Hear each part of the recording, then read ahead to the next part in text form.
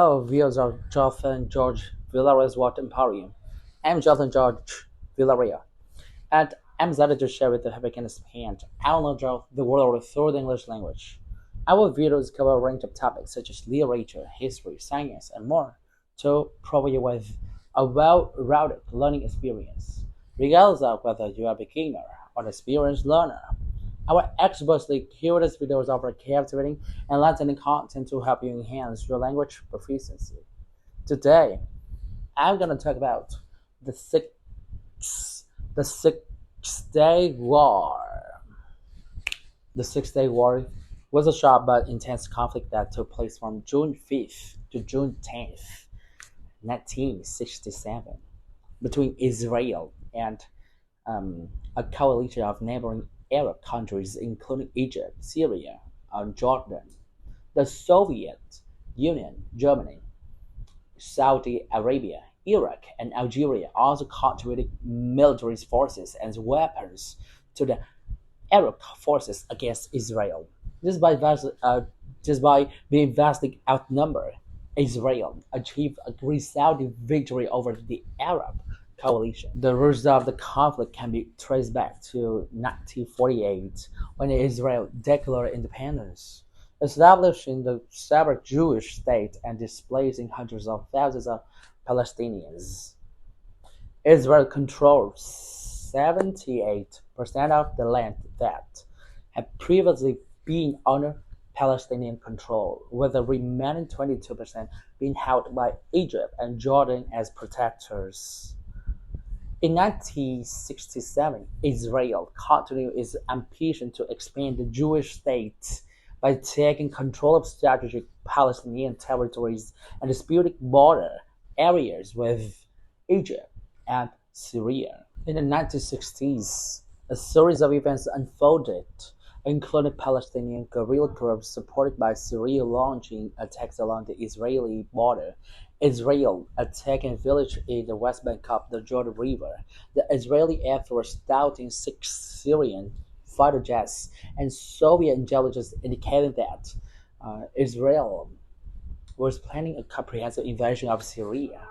Egypt's decision to deploy troops to the Sinai Peninsula, close the Tiran Straits, and sign a defense pact with Jordan further escalated tensions. The closure of the Strait of Tiran, a narrow passage between the Sinai Peninsula and the Arabian Peninsula, acted as the straw that broke the camel's back. Straw that broke the camel's back, leading to the outbreak of the Six-Day War. Then, in the early morning of June 5th, 1967, Israel launched a preemptive strike against Egyptian air forces, marking the beginning of the Six-Day War. As mentioned earlier, the first day of the Six-Day War was on June 5th, 1967. Israel initiated a decisive preemptive strike campaign by attacking the Egyptian Air Force. Israeli fighter jets surged in to strike Egyptian airfields, conducting surprise raids on Arab military bases with small formations, bombing runways, and subsequently destroying grounded aircraft. The Six-Day War officially commenced with Israel decimating 300 Egyptian aircraft and capturing 100 Egyptian pilots. The Egyptian Air Force was virtually obliterated by Israel. Later that afternoon, Israel turned to attack and neutralized the air forces of Jordan, Syria, and Iraq. The second day of the Six-Day War, June 6, 1967, revealed significant casualties. Egypt retreated and abandoned the Sinai Peninsula and the Gaza Strip, which were under Israeli control. Syria began shelling the border area with Israel.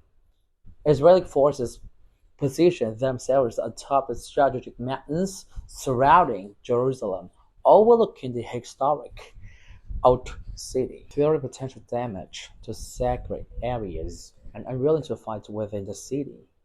Israel ordered its soldiers not to advance into Jerusalem, which held utmost significance for the Jewish people.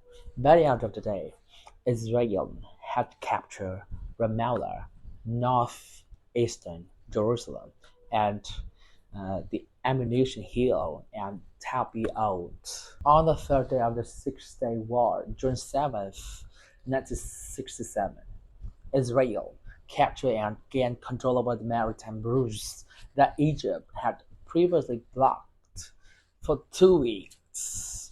Israeli paratroopers entered Jerusalem, refraining from using artillery to preserve the old city. After hours of battle, Israeli forces prevailed, entering the old city to pray at the Western Wall and raising the Israeli flag on the Temple Mount. Subsequently, Israeli forces took control of Hebron and Bethlehem with minimal resistance, pushing Jordanian forces out of most of the West Bank. Jordan lost nearly its entire two armored divisions with 179 tanks destroyed. By day's end, Israeli forces had pushed Jordanian forces out of East Jerusalem. Major West Bank cities such as Nablus, Bethlehem, Hebron, and Jericho fell into Israeli hands in subsequent days. Palestinian settlements were entirely destroyed to pave the way for Israeli routes to Jerusalem. The fourth day of the Six-Day War, June 8th, 1967, saw an accidental attack by an Israeli aircraft on a U.S. surveillance ship operating off the coast, resulting in the deaths of 34 U.S. sailors. Israeli forces solidified their control over the West Bank. Israel occupied the entire Sinai Peninsula and approached the Suez Canal, forcing Egypt to accept a ceasefire. Israel then concentrated its forces to attack Syria on the Golan Heights. The fifth day of the Six-Day War, June 9th, 1967, saw Israel shift its focus to the northern front with Syria after defeating Egypt in the south and Jordan in the west. Within 24 hours, the Golan Heights of Syria came under the control of the Israeli military, causing shockwaves within the Syrian government and the Arab world. After achieving the goal of capturing all of Jerusalem and its surrounding areas, Israel gradually proposed a ceasefire. During the days of conflict, the military strength of the three Arab nations was nearly completely overwhelmed by Israel. The sixth day, also the final day of the Six-Day War, was June 10th, 1967. Both sides official ceasefire with Israel emerging victorious, reclaiming debts from 1948 and occupying almost the entire Holy Land, including Jerusalem, the Gaza Strip, the Sinai Peninsula, the West Bank, and the Golan Heights. Peace agreements were signed on June 10th and June 11th, 1967. In less than a week, Israel's territory had more than tripled. The war transformed Israel into the military powerhouse in the region. The Soviet government announced non-repayable aid to compensate for all the losses and bolster Egypt's military strength on the Sinai Peninsula. Both Egypt and Syria harbored intentions of launching further wars to regain the lost territories during the Six-Day War. In 1973, these two countries formed an alliance and attacked Israel in the Yom Kippur War, but ultimately suffered a severe defeat. This eventually led to normalization of relations between Egypt and Israel, marking the first time an Arab nation recognized the state of Israel. In return, Israel agreed to return the territories it it had captured from Egypt. The Egyptian government, after achieving its objectives, began distancing itself and fully disengaging from the influence of the Soviet Union. Israel returned the Sinai Peninsula to Egypt in 1982 and withdrew from the Gaza Strip in 2005.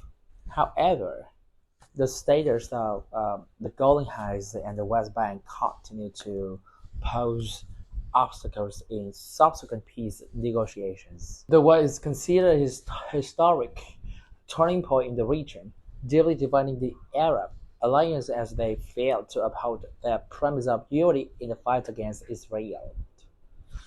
Approximately 20,000 Arab soldiers and 800 Israeli soldiers are estimated to have lost their lives in just 132 hours of combat.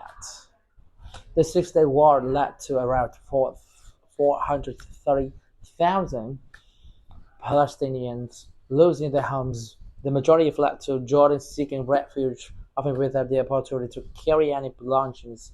Meanwhile, those who remained became refugees in their old ancestral land, concentrating in camps supported by the international community while building their land to over 400,000 Jewish immigrants who arrived in the years that followed. In the present day, many Israeli historians view this as an unforgivable mistake by the state of Israel, pushing the Palestinian people to the corner, which in turn bred a generation of Palestinians hostile to the state of Israel.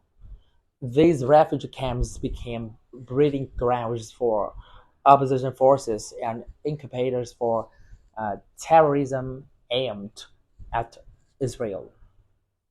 And after 40 years, peace has now become a reality as they continue to face hostility and terrorism from their Arab neighbors on a daily basis. On the other hand, the military victory helped the State of Israel overcome the severe economic crisis through the unity of its people.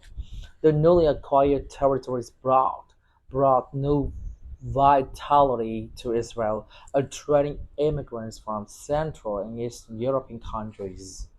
Jewish immigrants were officially recognized ribbon roles and participated equally in the political life of Israel. In just 6 days, Israel gained control over an area with a population of 1 million Palestinians.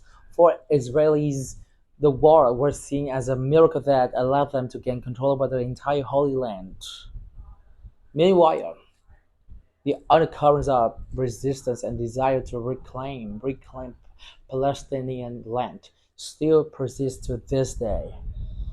In 2017, the former US President Donald Trump's recognition of Jerusalem as the capital of Israel caused a strong backlash in the Arab world and deepened ethnic tensions stemming from the bloodshed of the 1967 war. Thank you for joining me on this episode.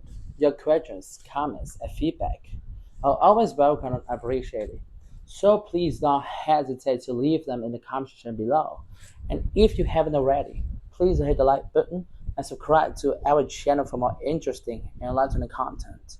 By hitting the notification bell, you'll be sure to never miss any very exciting and thought-provoking episodes. Don't forget to share our channel with your friends and family who may also find our content beneficial. We are committed to providing you with high-quality, well-researched, and engaging content that will help you improve your English language skills and expansion knowledge. And I look forward to sharing more insightful and inspiring things with you in the near future.